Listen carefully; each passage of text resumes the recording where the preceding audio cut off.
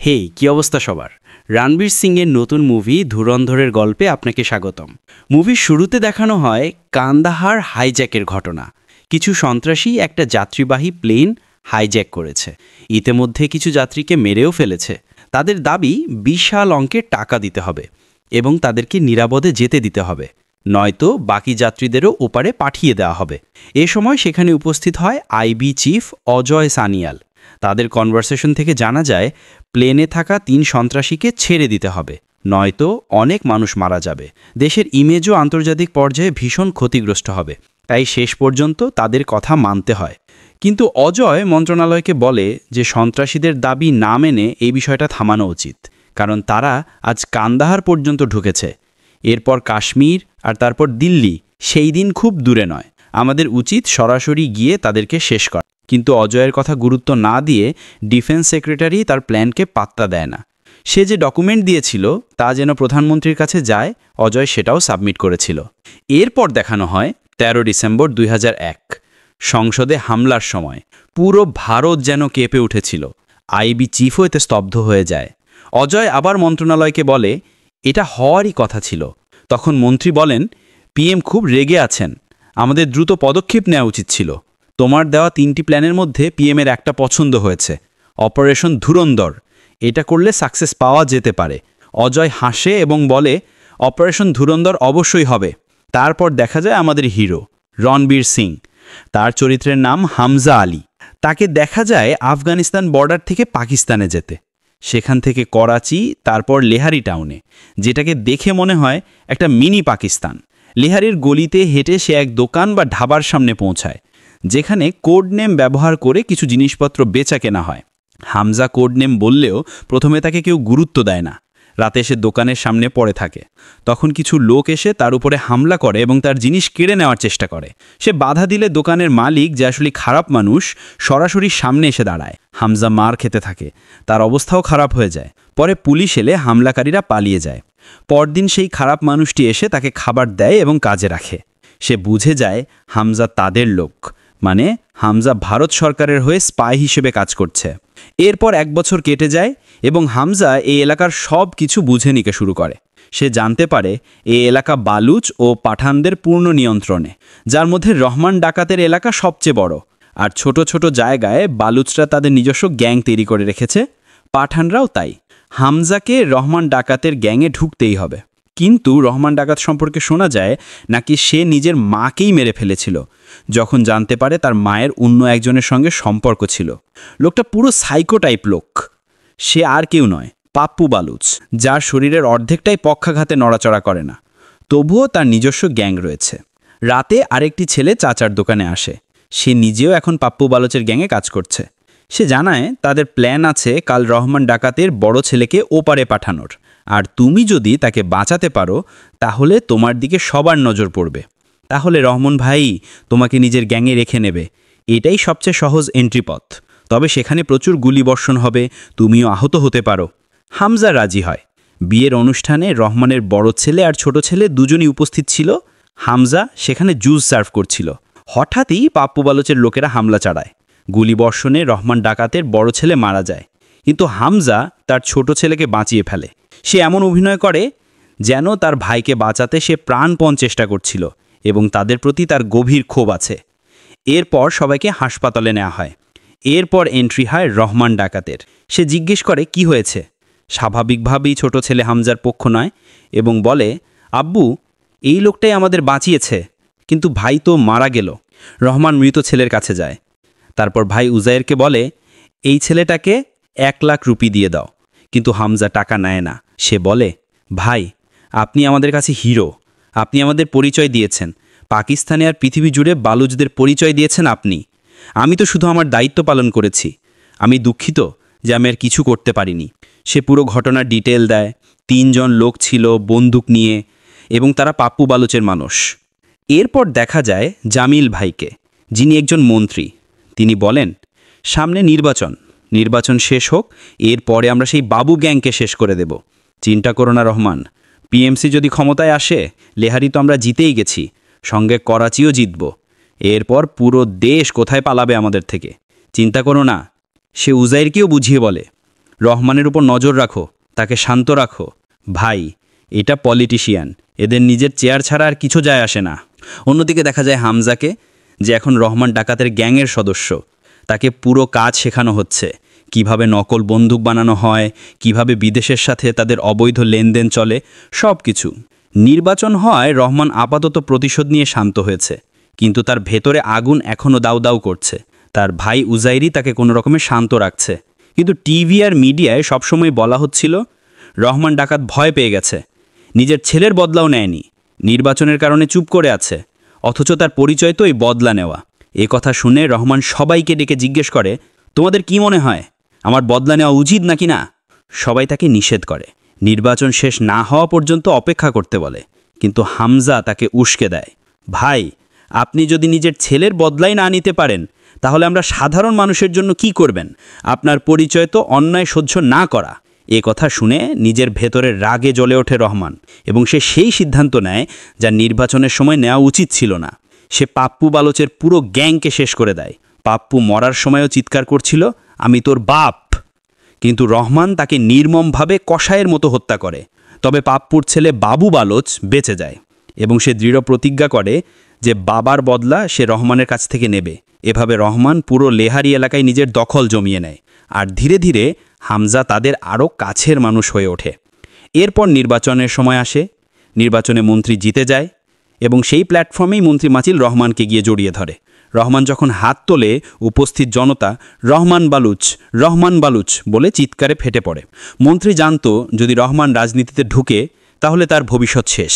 তাই সে রহমানকে সব সময় অস্ত্র হিসেবে ব্যবহার করতে চায়, নিজের সব গোপন কাজ করিয়ে নেয় তার মাধ্যমে, আর বাইরে থেকে তাকে নিজের ছেলের মতো দেখায়। এদিকে হামজার পরিচয় হয় সুন্দরী হামিশার সঙ্গে। হামজা তার ও তার মায়ের ঝগড়া শুনে ফেলে। আসলে মেয়েটি ডক্টর হতে চায়, কিন্তু তার মা চায় না। সে মন্ত্রী মাছিলের নিজস্ব মেয়ে। সেদিন নির্বাচনী র্যালিতে আরও অনেক ক্ষমতাবান লোক আসে।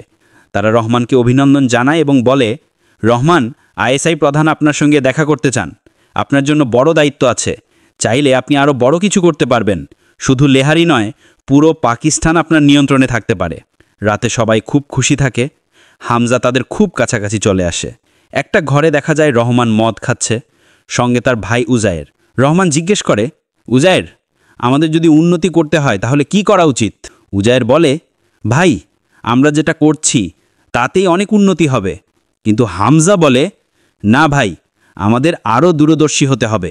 কিভাবে সবসময় আমাদের কাছে টাকা থাকবে, কিভাবে হোয়াইট কলার হয়ে যাব, তখন হোয়াইট কলার লোকেদের সঙ্গেও মিশতে হবে, যারা সামনে থাকে না, পিছন থেকে অন্যদের দিয়ে কাজ করায়।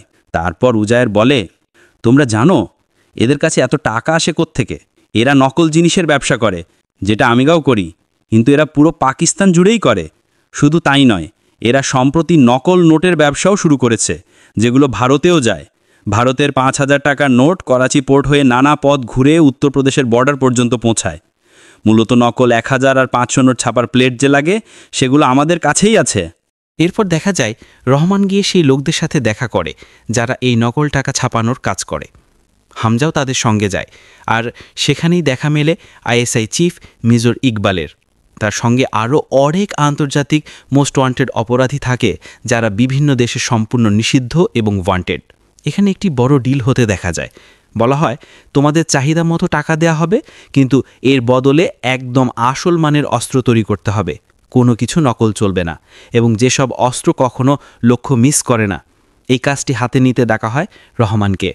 ইকবাল বলে, যদি তুমি এই কাজটা করে দাও, আমি উপরের সঙ্গে কথা বলবো, তোমাকে নির্বাচনে জিতানোর পুরো বন্দোবস্ত আমি করে দিব।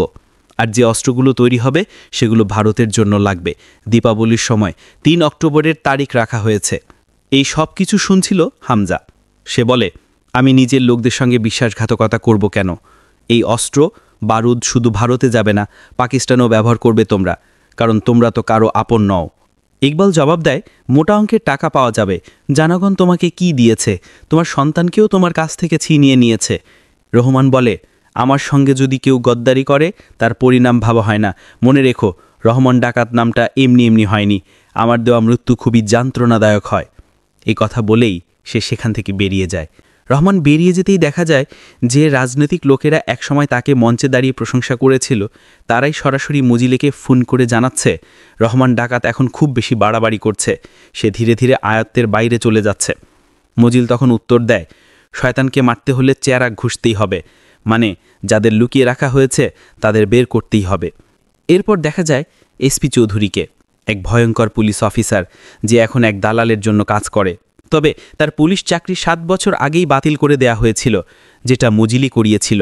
তখন সে মন্ত্রী ছিল, আর সে সময় এসপি চৌধুরী রহমান ডাকাতকে প্রায় মেরে ফেলেছিল, কিন্তু সেই মন্ত্রী তাকে মৃত্যুর মুখ থেকে বাঁচিয়েছিল।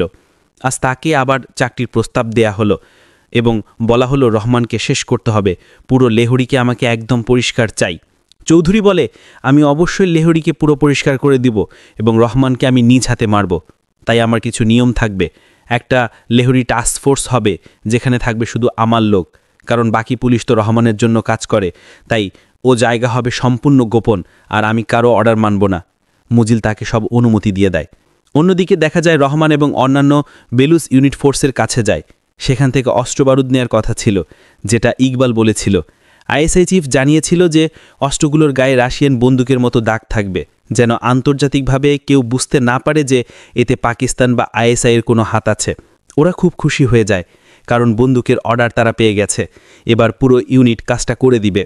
এদিকে অজয়ের কাছে খবর পৌঁছে 500 এবং 1000 টাকার নকল নোটের ব্যাপারে। তদন্তে জানা যায় লন্ডনের একটি কোম্পানি ভারত এবং পাকিস্তান দেশের জন্যই নোট ছাপার প্লেট বানায়। মন্ত্রী সাহেবের প্লেন নষ্ট হওয়ায় তিনি দুবাইতে থেমেছিলেন, সেখানেই পুরো ডিল হয়েছে।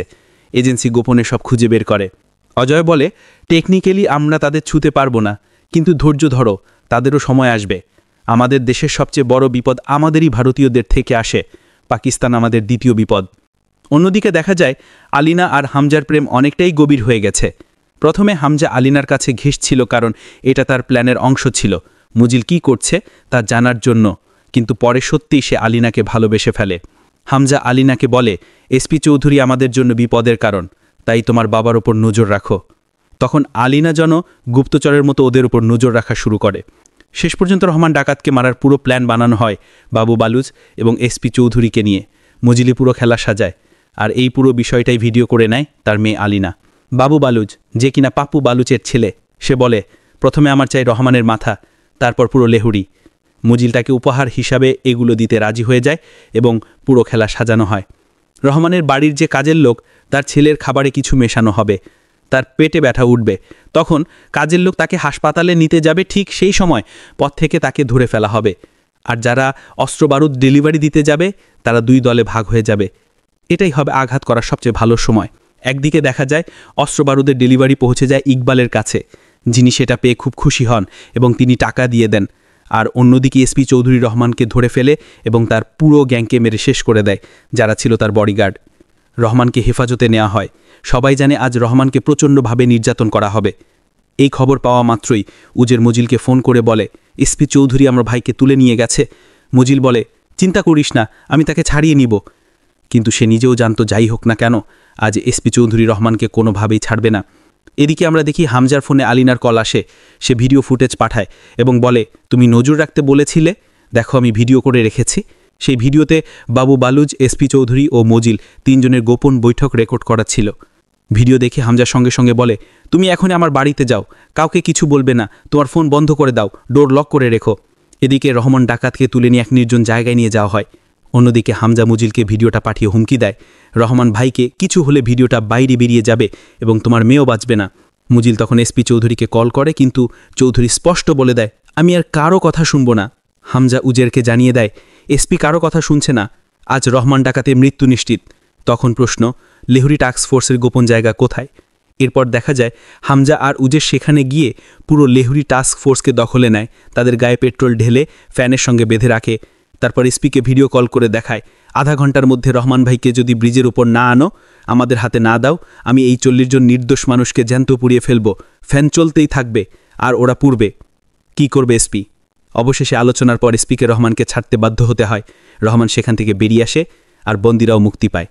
কিন্তু এসপির চোখে এখন মেইন টার্গেট হামজা। সে বলে, তুমি বারুদ নিয়ে খেলা করছো, তুই বাঁচবি না। রহমান ফিরে এসে বলে, বাবু বালুচার এসপি চৌধুরী গলায় কাটা হয়ে গেছে, এদের উপড়ে ফেলতেই হবে।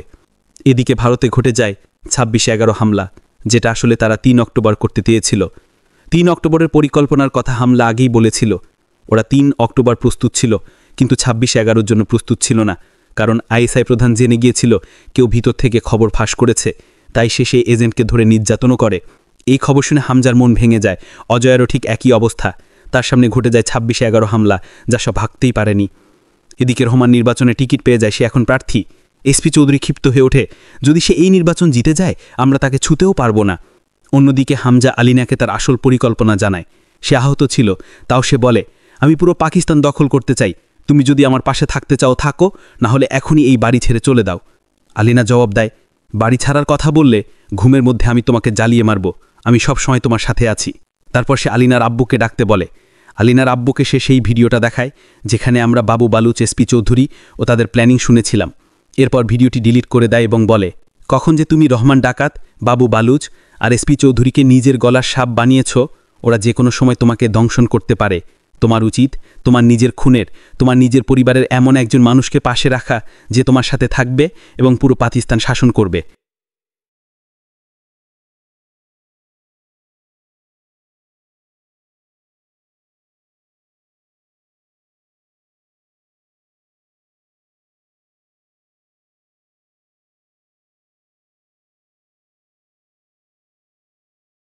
মাজিল সব ইশারা বুঝে যায়। সে সম্পর্কটিকে বৈধ করে এবং বিয়ের আয়োজন করে। আমরা দেখি আলিনা আর তার বিয়ে হয়, যে মাহফিলে সবাই উপস্থিত ছিল। এরপর আবার নতুন একটি প্ল্যানিং শুরু হয়। 26/11 ঘটনার পর তারা ঠিক করে যে 15 আগস্ট পাঞ্জাবে একটি বড় কাজ করা হবে এবং তার জন্য অস্ত্রবারুদ লাগবে। রেহমান তাতে রাজি হয়।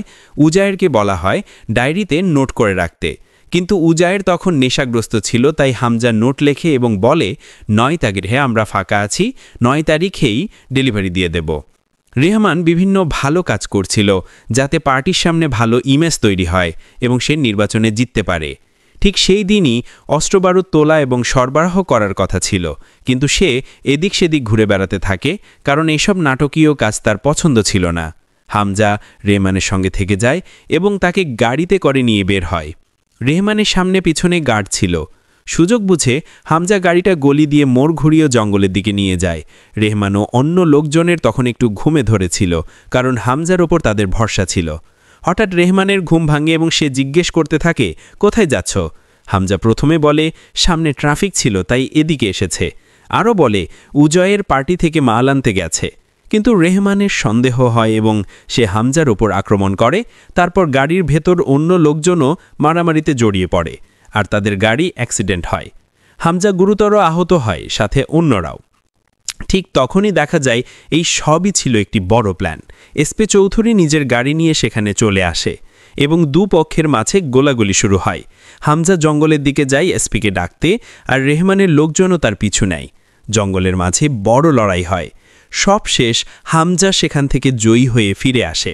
ওদিকে এসপি চৌধুরী আর রেহমান ডাকাতের লড়াইয়েতেও রেহমান বেশ শক্তিশালী হয়ে উঠেছিল, কিন্তু শেষ মুহূর্তে হামজা এসে এসপি চৌধুরীকে বাঁচায় এবং রেহমানকে হত্যা করে। তবে বাইরে গিয়ে নাটক করার জন্য রেহমানের বডি কিছুটা নড়াচড়া অবস্থায় রেখে দেয় এবং পাহারাদারদের থামিয়ে দেয়। হাসপাতালে গিয়ে অভিনয় করে যেন সে রেহমানকে বাঁচানোর চেষ্টা করছিল। আবারও সে উজায়েরের বিশ্বাস ফিরে পায় এবং সব কিছু ঠিক হয়ে যায়।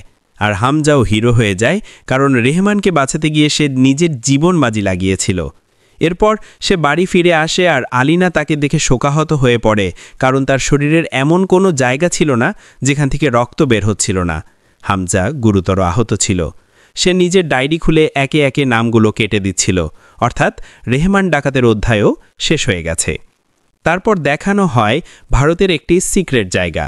সেখানে আমরা জশকরিত সিংকে দেখি, যে আর কেউ নয়, হামজাই। অপারেশন ধুরন্ধর, যেখানে শত্রুর ঘাঁটিতে ঢুকে তাদের সব কিছু নিষ্ক্রিয় করা এবং দেশকে রক্ষা করা হয়, এই সব কাজ তাদের দিয়ে করানো হয়। যাদের জীবনে আর কোনো আশা নেই, ফাঁসির দণ্ডপ্রাপ্ত মানুষদের দিয়ে করানো হয়। সেই দলেরই একজন জশকরিত সিং, যাকে আমরা ধুরন্ধর মুভিতে হামজা হিসেবে দেখেছি। পরবর্তীতে এই গল্পের পার্ট 2 আসবে, যেখানে সে পুরো লহরি এলাকাকে নিজের দখলে রাখবে। আর এরপর আইএসআই এর কী পরিণতি হয় আর অজয় কি করে, এই সব জানতে পার্ট 2 এর জন্য অপেক্ষা করতে হবে। দীর্ঘদিন পর রণবীর সিংয়ের সিনেমা কেমন ছিল কমেন্ট করে জানাতে ভুলবেন না। আজ বিদায় নিচ্ছি, আল্লাহ হাফেজ।